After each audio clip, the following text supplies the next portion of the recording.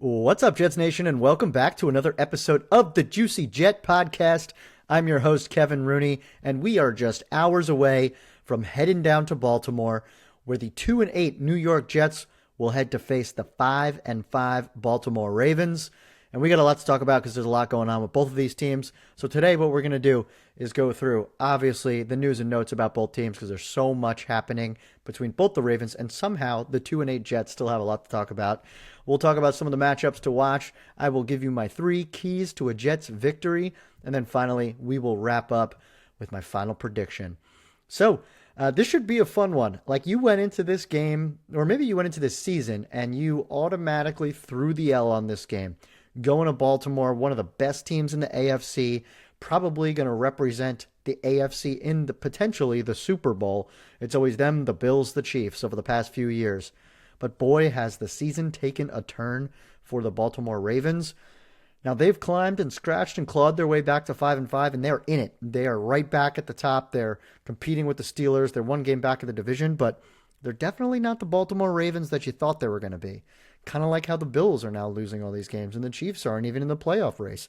So it's been a wild NFL season, but yeah, it feels good to go into a game knowing this isn't going to be the blowout that we thought it would be. Now, could we get blown out? Maybe. Could. It's the New York Jets. Could happen. But it's not the game that I thought. So let's talk all about it. First, I want to talk about something that was very scary that happened to the New York Jets this week. And once again, never a dull moment. And unfortunately, this was not a happy moment for the New York Jets. We found out earlier this week that Jets special teamer, who we actually signed this offseason from the Houston Texans, Chris Boyd, was shot outside of a restaurant in Midtown. He was in critical condition for a while. He was in surgery. We didn't really hear it a lot for like the next day and a half, 2 days. But he just posted on his Instagram story yesterday saying that he was all good. I heard Sauce in an interview today with the Indianapolis Colts. I'll just remind you who he is, Ahmad Sauce Gardner, if you guys forgot. He was in an interview this past week, I think it was actually yesterday, maybe today, talking about how he talked to Chris, which was great. So yeah, really, and I heard he was with other Jets teammates. I haven't heard who yet, but a very scary situation. Sounds like he's going to be okay. For those of you that don't know who Chris Boyd is, like I said, we signed him in the offseason from the Houston Texans. He was actually the guy who in the playoff game against the Chargers pushed their special teams coordinator, and it became like a big deal. He was supposed to be a big gunner for us on special teams, but unfortunately, I was actually at this practice. Right in front of us, they were running drills, and he hurt his shoulder. He was down for a while on the sideline.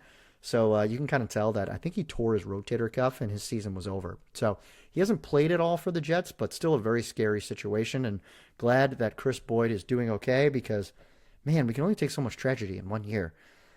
So, yeah, happy to see he's on the mend. I heard he just became a dad, too. So another thing, it's like, oh, man, it just piles up. But happy to see he's doing all right. So that is the one big thing I wanted to get out of the way first because very scary. And, yeah, glad he's okay. But the next big thing that happened this week, the New York Jets have a new quarterback. We were talking for probably the past couple weeks, is Justin Fields the guy that should be rolled out there and playing every single week? Because you can't evaluate the offense. You can't evaluate Tanner Engstrand. You can't evaluate these new receivers we have. You can't evaluate the offensive line and Breece Hall. There's literally Mason Taylor. We have no idea what he looks like because Justin Fields cannot throw and get them the ball. Justin Fields was too much of a roller coaster. You got the great Justin Fields that you got against the Steelers, that you got against the Bengals, and then you get the other Justin Fields, which is the Broncos, which is the Cowboys, which is the Bills, which is, last week against the Patriots, where we're going into halftime and we don't have any yards. And it's like, what is going on around here? So I think it was just too much of the up and down roller coaster, and it was way too many downs. We got way too comfortable with being a team that would go into a halftime with negative yards or less than 30 yards passing. And now we just you have to do what's right for the football team. You got to do what's right for the talent evaluators. You've got these 2 new wide receivers in A.D. Mitchell and John Mechie that we have no idea if they're going to be on this team next year, and we have to evaluate where they're going to be. Like, do we need to get a number 2 receiver, or is A.D. Mitchell really, really good? Do we need a 3 and a 4 receiver? Because Isaiah Williams and now John Mechie are the guys. Can Arian Smith catch a pass this year? Like, there's all these things, and I want Mason Taylor to grow and develop. So there's just so much out there that needs to be uncovered. And it sounds like Aaron Glenn finally made the decision that Tyrod Taylor is the guy to do that. And it's kind of funny that he's making a start this week because this is actually the team that drafted him, the Baltimore Ravens. So it's a little bit of a revenge game for Tyrod Taylor. It's a revenge game for John Simpson. It's a revenge game for Brandon Stevens. All these people that got let go by the Ravens that the Jets have scooped up over time. So it's going to be really interesting. Like, I don't know what we're going to get out of Tyrod Taylor. He's had a whole week and a half to prepare for this. So hopefully we don't get the Panthers Taylor where, he just comes out and is just slinging it for 2 interceptions. Hopefully he's he's ready to play now and it's just not just off the cuff. So I'm excited to watch him. I think he's going to be able to serve the ball around a little bit. The Ravens defense hasn't been the Ravens defense of old. Now it's coming on and getting a lot better. There's some really good players that we're going to talk about. But I think this is a really good time to put Taylor in and see how it all plays out. So I actually was very interested to see, were they going to make Justin Fields the backup or were going to make Brady Cook the backup? Because maybe they would just want to sit Fields and kind of just let him sit on the sideline and relax and kind of remember what it's like to play football. Because this is the worst season he's ever had statistically. He's not even running. So, but no, they decided to make him the backup and they're still have Brady Cook on the inactive list most likely. The thing with Taylor is, you'd like to ride him out for as long as possible, obviously, if he plays well and we can see what the rest of the offense has with him. But he gets hurt all the time. He's super injury prone. He's old. He probably only has a handful of years left in the league. So there always is that point of Justin Fields might come back in either later in this game, next week, whatever, because Taylor can't stay out on the field. So then the question becomes, when do you show Brady Cook? I mean, this season's over. Obviously, we're 2-8. Do we want to see what Brady Cook has later in this year? Or are we going to roll out Justin Fields again when Taylor inevitably gets hurt? So those are going to be the big questions that we have to uncover and see over the next few weeks. But, hopefully he plays well and plays the rest of the year and we don't have to worry about it. So that's the big news. And I'm happy that Aaron Glenn finally made the move. I thought there was just too much back and forth about this. And it became really controversial where now he can actually make the move, start anew with Taylor, hopefully keep the locker room together, which it sounds like everyone has been playing really hard for him. So, we'll see how it goes. I'm excited to watch him and do it live down in Baltimore. So that was the big news. Let's go into the injury report because there's a lot to talk about there. Obviously, star wide receiver Garrett Wilson still on IR. We're not going to see him for 4 games, so this will be game number 2 of that IR stint, so we're not going to see him till mid to late December, and possibly we don't see him the rest of the year. I don't know. So no Garrett Wilson. Of course, the most injury-prone man in all of the NFL, Kene Nwangwu, is hurt again. He hurt his hamstring, did not practice on Thursday, was limited on Friday. My guess with a hamstring, probably not going to play. It's so unfortunate because this guy is so good, but he can never stay on the field, and it is so, so frustrating. Is he too fast for his own hamstrings? I don't know. But I'm going to assume he's not going to play. Marcelino McCrary-Ball. He was on IR for pretty much the entire season. I think we lost him in week 2, back when we lost Quincy Williams. He is back, eligible to return from IR. Sounds like he was limited in practice on Wednesday, full practice Thursday, Friday. They may just sit him out for 1 more week just to get him fully ready, but I could see them elevating him to play. So Marcelino McCrary-Ball could be back, mostly a powerhouse on special teams. We'll see how much they put him into the lineup with Quincy already back, with Kiko Mauagoa playing a little bit better, with who else is out there? Who the heck else was playing linebacker for us? Well, obviously we have Jamian Sherwood, so we'll see how he gets into the rotation. So that's Marcelino McCrary-Ball. Will McDonald. He goes from having 4 sacks against Cleveland to then invisible against Drake May, and that's because he was injured going into that game. Now, he's had about 10 days to rest up. He did not practice on Wednesday, limited Thursday, full practice Friday. I think he's going to play, but how effective is he going to be, especially against a guy like Lamar Jackson? I don't know. I'm a little worried that we're going to see the invisible Will McDonald this weekend, and we really can't have that because he's probably one of our most athletic players on the field that can stick with Lamar Jackson when Lamar does go to run, if he goes to run, which we'll talk about. Harrison Phillips, same thing. He did play while injured a few weeks back, and he did not practice Wednesday, limited on Thursday and Friday. I think he'll play because he was able to push through it during that Patriots game. I think he'll push through it now. But it's going to be a big one because he's going to have to stop Derrick Henry right up the middle, and that's a big boy you got to shut down. So we'll see how Harrison Phillips does. Joe Tippmann was out for the beginning of the week, but it was personal, so he'll be full and ready to go. And then a big boost to the defense. Azareye'h Thomas comes back, so he had a concussion. He was full practice the whole week, so he should be good to go, which is a great sign because that means Jarvis Brownlee, who's had a bad few weeks, moves back into his slot corner spot where he belongs. Then we don't have to see Stiggers out there. We don't have to see Jasser Taylor out there.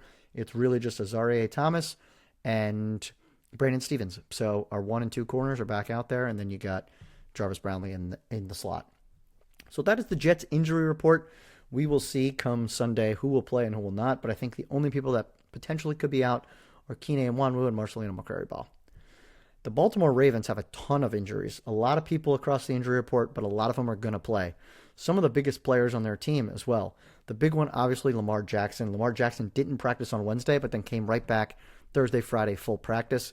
I think it's his ankle this time, so it's different than the injury he had earlier in the season, and I think he's still not fully healthy from that. You can tell in the way he's playing, he's not the Lamar Jackson he's been. He's afraid to run. He's being very cautious in the way he goes about his game. So I hope this isn't the game where all of a sudden he finds his legs again. But that's a huge difference maker if he can't move the way that he normally does, because that's what separates him from every other quarterback in the league, and that's what makes him a potentially future Hall of Famer. So Lamar will play, but how effective will he be is the big question. And then a few other players that were on the injury report that I fully expect to play. Kyle Hamilton, probably one of the top 5 defensive players in the league right now. His shoulder/groin, he was out, but he practiced fully on Friday, so he should play. Marlon Humphrey is full practice. Ronnie Stanley, their tackle, full practice. Roquan Smith, their linebacker, was full. So it sounds like they're going to be pretty healthy there. The only really big one to worry or to call out, Rashad Bateman is out for the game on Sunday with an ankle. So one of their best receivers will not be playing. So that is the injury report. Let's talk both sides of the ball. Let's talk about matchups that I'm going to be looking for and watching. So let's start with the Jets offense. I think for me, if you're the Jets offense, you have to know where Kyle Hamilton is at all time. He is so good. He can blitz. He can cover. He can play deep safety. He can play slot corner. He can play linebacker. He could play outside linebacker. He is just all over the place, and he's so talented. So I would be pretty hesitant to throw the ball his way if I'm Tyrod Taylor, just because it's a danger zone. That's for sure. So he's one you got to look out for. And then, of course, Roquan Smith, their middle linebacker, who he's a stud. Like, what are you going to do? Like, you run up the middle, you're going to meet Roquan Smith. So for me, I think the big questions are, once again, the same thing we've been asking for most of this season. How do you get Breece Hall involved in the passing game? It is literally criminal, the lack of attempts we have to Breece Hall in the passing game this year. He's a guy that you just give him the ball, things will happen. So just give him the ball. But you got to be careful. If Kyle Hamilton's covering him, that could be a problem. Now, if I'm the Ravens defense, I'm doing everything humanly possible to make sure that I don't get beat by Breece Hall. He's the one guy who can beat you. Make sure you block him. I would love to see from the Jets Mason Taylor getting more involved very early. And then obviously you want to see these 2 new receivers getting open and actually catching the ball. John Mechie coming off a really good game against the Patriots. I think he only had like 40-something yards, 3-4 catches, whatever it was. But he was getting open. And if Justin Fields could actually pull the trigger, he probably could have had a bigger day. Same thing with A.D. Mitchell. A.D. Mitchell dropped a few passes. Maybe he was under the lights, nervous. He was thinking a lot because he probably didn't know the playbook. It was his 6th day on the team. So now he's had time to relax, get back into it. And you got a quarterback who's not afraid to throw it. So I would love to see A.D. Mitchell get really involved in this game and maybe become a difference maker. Because he's super athletic. He gets open a lot. He was torching Christian Gonzalez on some plays. Now, it didn't lead to anything, so Patriots fans, don't get mad that I just said that. But he was open, and we couldn't get him the ball. So I think those are the big X factors there. I don't think that the Ravens pass rush is... I think they're good. I don't think it's we just played the Browns, Myles Garrett, and people like that. Same thing with the Patriots have a great D-line and all that kind of stuff. So it's just, can the offensive line keep holding up like they have been? Can they protect Tyrod Taylor from getting hurt? Can they give him enough time to sling it around? I've really liked what I've seen from the entire offensive line. I think both Membu and Olu have been playing really, really well. I want to see John Simpson get really physical and tough in this revenge game. Josh Myers had a rough game against the Pats, a lot of low snaps, which was not good at all. And then Joe Tippmann's been outstanding at guard. So we'll see how the offensive line plays, but I'm looking forward to it. So that's the offense. Let's go to the defense. Defense, I'm a little worried about the defense against the Ravens offense. This is just a really, really bad matchup for us. You've got a running quarterback in Lamar Jackson, potentially. We'll see how he runs. And they do an amazing job of throwing the ball over the middle. We have been horrible in coverage over the middle this year. If you look at that Patriots game, the amount of times Drake May was able to step up and just deliver to a wide open tight end or receiver over the middle, it was insane. I mean, they just torched us because of that. So need a big game from Quincy Williams. He's probably going to have to spy Lamar Jackson a lot just because he is so athletic, especially if Will McDonald's not up to form. And then Jamian Sherwood, you got to make some good. Jamian Sherwood and Jarvis Brownlee have to be covering really well in the middle of the field in order for us to even have a chance. Mark Andrews and Zay Flowers are their two primary weapons, and Lamar Jackson is really good at hitting them over the middle. So that's a big one. That's a really big matchup that we got to look out for. Then from running the ball, their offensive line hasn't been as good as they typically have been in previous years. I was listening to a Ravens podcast this morning. They did a collab with Jets people too. Don't worry, I'm not that crazy where I'm just listening to Ravens only podcasts. But one of the things they mentioned is their all pro stud center, Tyler Linderbaum, has had one of his worst years so far, and he had a nice bounce back this past week against Cleveland. But he's not the guy that he was. Now, he's still amazing. He's still a really good center. He's better than Josh Myers, for example.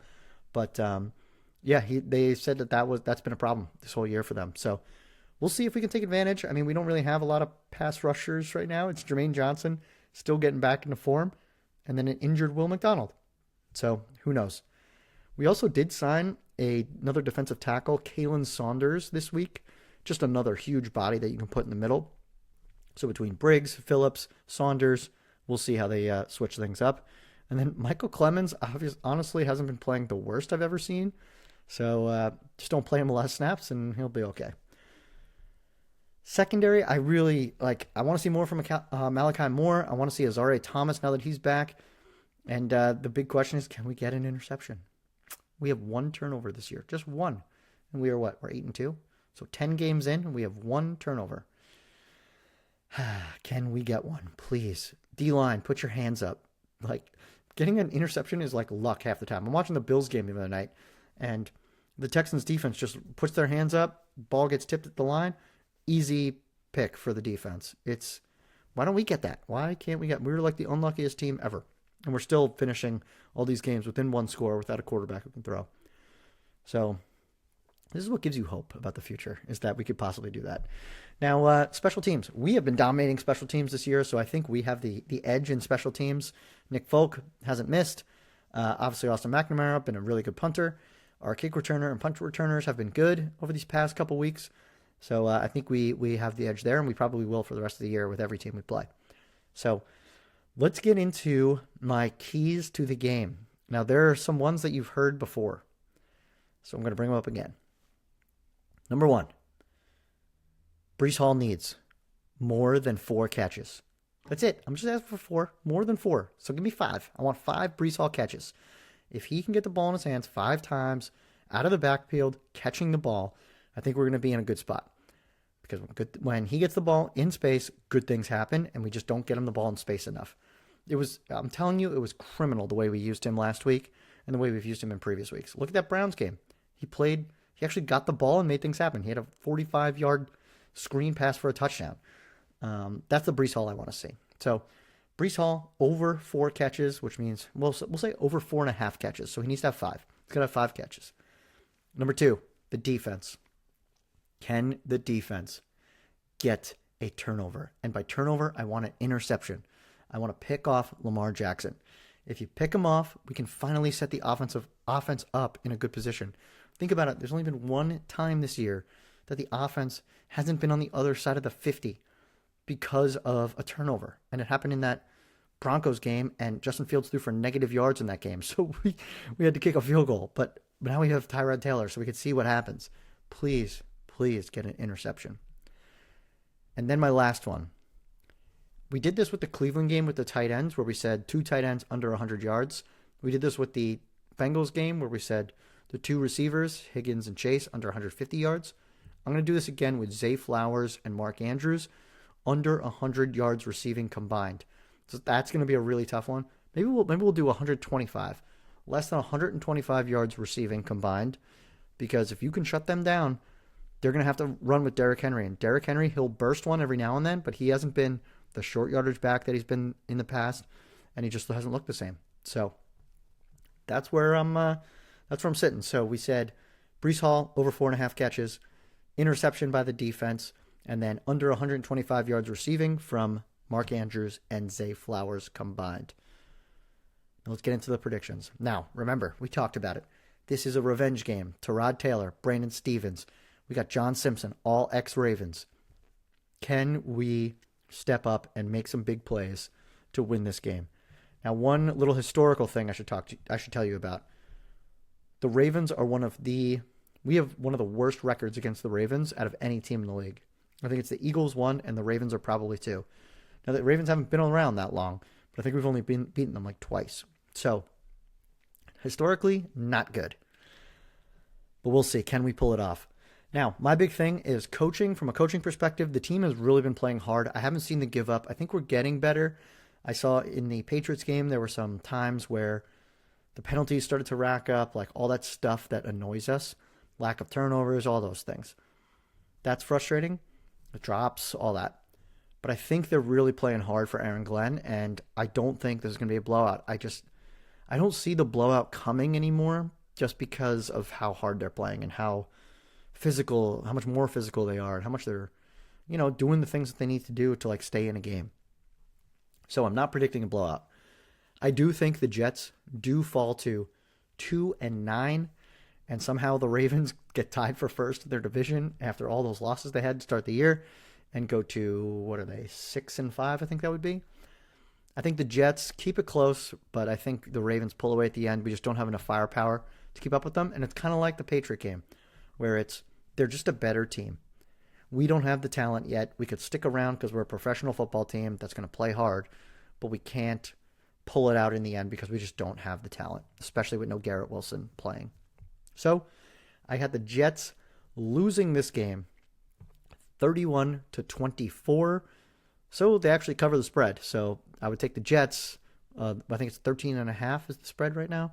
I'm taking the Jets on that, but the Jets falling and losing to Lamar Jackson and the Baltimore Ravens. So we'll see how it goes. I will be at the game. I'm going to the Gotham City tailgate on Sunday, 9 a.m. If you haven't gotten your tickets for that, please do so. It would be great to see everybody there. And I think there's going to be a lot of fun people there from the Jets side, so that'll be great. And then, we'll be out and about in Baltimore tomorrow night. Or this is Saturday night I'm talking about. So it's going to be a fun time. I can't wait. Always exciting to go to a game that you don't have to fly to. We can just take a nice little drive. So that should be fun. But thank you, everybody, for listening. You can follow me across all the things: Twitter, Instagram, TikTok, YouTube, JuicyJet25. Feel free to like, subscribe, rate, review, all the things that would be super helpful to me.